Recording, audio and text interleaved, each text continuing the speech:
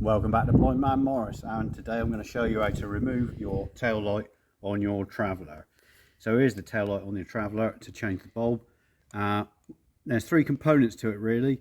So you've got your lens, you've got your chrome bezel, and you've got your rubber at the back there to insulate the electrics from water ingress at the back, and the back plate which holds the bulb unit in.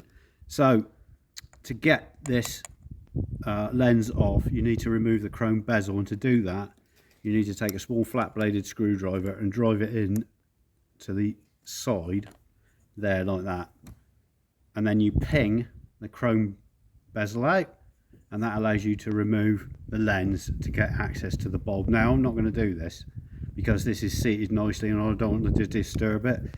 What you can find with these units is this rubber here is very perished.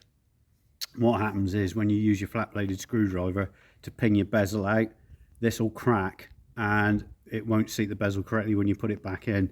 So if it is really perished and cracked, and this one isn't, you could try and hydrate it with some something like Demon tires or something like that to try and hydrate it to make it more malleable, so you can pop that bezel out without splitting it. But if it is really perished, you're going to probably have to remove and replace the whole unit. So the unit at the back, through the back plate there, is held to the wooden pillar by 2 or 3 wood screws into the wood, and that's it.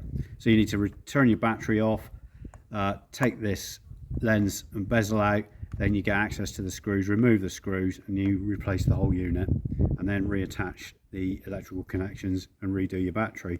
So that's how you do your lens. And there we go. See you next time.